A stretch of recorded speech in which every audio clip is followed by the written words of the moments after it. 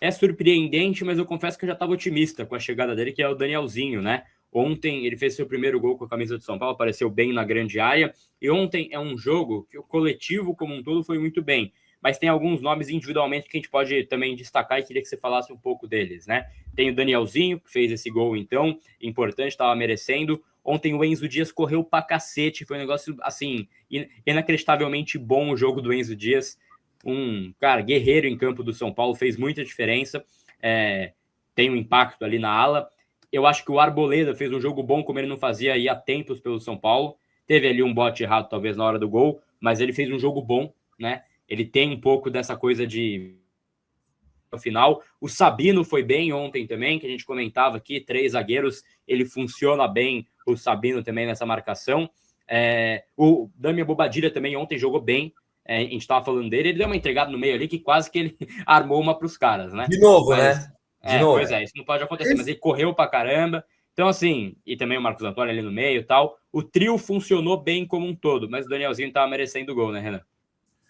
Na verdade, o Danielzinho chega aí no São Paulo e do jeito dele, né? Na entrevista coletiva, na entrevista de apresentação dele, a gente viu já um jeito, né, bem sereno, bem tranquilo, sempre muito ponderado. E essa simplicidade ele está levando para dentro do campo. Mesmo sendo um jogo simples, é um jogo de muita importância, de uma qualidade que traz uma importância muito grande para o meio de campo do São Paulo. Eu ainda acho, estou falando do coletivo, eu ainda acho que, repito, nós estamos jogando com 3 meio-campistas, 3 segundos volantes meias, num setor que tem que ter alguém ali, o Sim chama o caça-craque, tem que ter ali aquele pau de dar em doido que sai. Eu ainda acho que, e não é o caso do Danielzinho, mas ele, junto com o Marcos Antônio, com a qualidade que eles têm de controlar jogo, de quebrar linha, daquele jogo apoiado, eles sempre estão próximos, pode reparar. Ele e o Marcos Antônio, eles sempre se procuram, sempre estão próximos, porque são características parecidas que fazem com que o São Paulo tenha mais a bola e consiga controlar os adversários. Conseguiu fazer muito isso, sobretudo no primeiro tempo contra o Palmeiras. Certo? No primeiro tempo conseguiu, no segundo tempo menos. Nesse jogo já foi no segundo tempo, foi o contrário. Mas é um jogador de muita qualidade e ainda há lastro, espaço para crescimento. É o começo da trajetória dele no São Paulo. Num time que coletivamente é instável, coletivamente tem muitos problemas, né? Não é um cara que está entrando num sistema, porra, que o time está organizadinho, pô, o time está top aqui, você entra aí no meio e bota a camisa e joga. Não é o caso, então precisa ainda mais da qualidade dele e ele está entregando.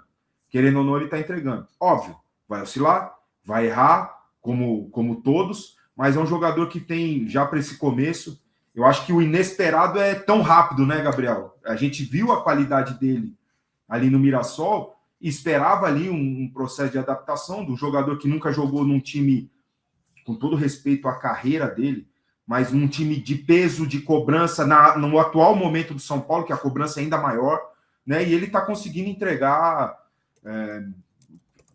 muito rápido o que eu esperava que fosse daqui a pouco, sabe? Sinceramente. E ele junto com o Marcos Antônio.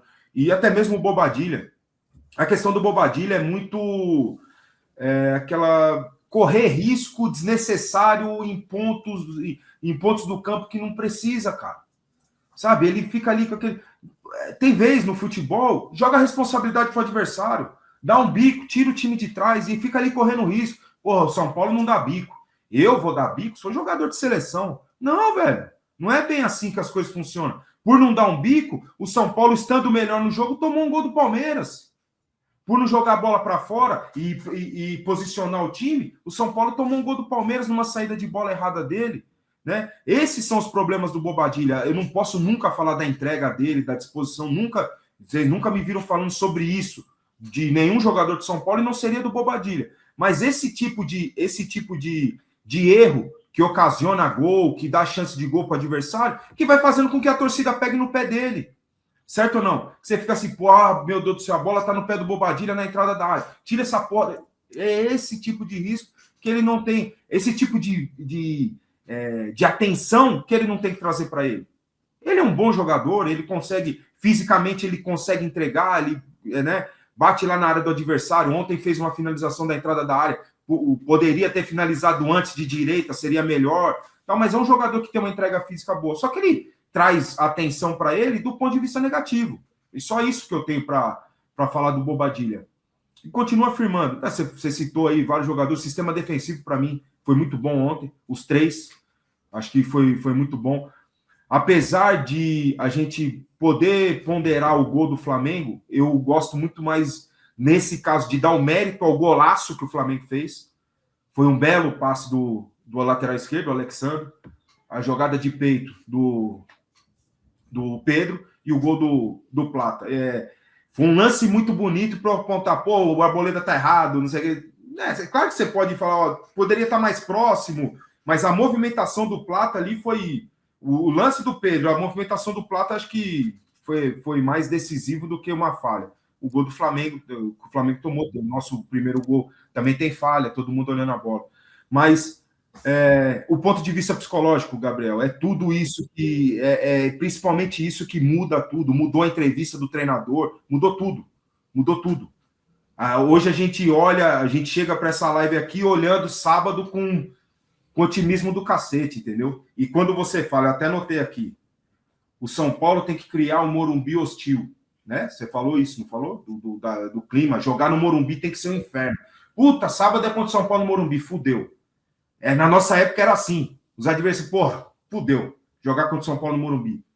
Avisa a diretoria, Gabriel. Respeito, né? Avisa a diretoria. Vamos avisar a diretoria do São Paulo. Eu até passei isso, né, Renan? E aí vale essa menção também, que eu tinha enviado uma mensagem para o Macis terça-feira, falando, você tem ideia de tentar baixar o preço do ingresso para chamar a torcida? Ele falou que sim, que estava vendo com o financeiro, e aparentemente para o jogo contra o Primavera, porque o do Santos está à venda já, né? Então não pode baixar enquanto já está à venda. Esse é o problema. Mas o jogo do Primavera vai baixar o valor do ingresso. Vai baixar. É fato. O jogo contra o Santos está marcado faz quanto tempo? É porque tem bastante tempo já, mas o problema é Código de Defesa do Consumidor. Porque tem que estabelecer os preços 10 dias antes, uma parada assim. Então não tinha como mudar o do Santos, sabe, Renan? Não, tudo bem. É que eu acho que vai mobilizar pelo jogo de ontem, né? Pela necessidade, pela importância do jogo de sábado, acho que vai dar uma mobilizada. Só que eu não estou falando especificamente desses jogos. Gabriel falou, no ano, independente da situação, o adversário que for para o Morumbi falar, fudeu. É isso que tem que colocar na cabeça dele. No ano, não é para agora, não é para o sábado, não é para o Primavera, não é para o ano. Então, já muda isso. Vai ser importantíssimo.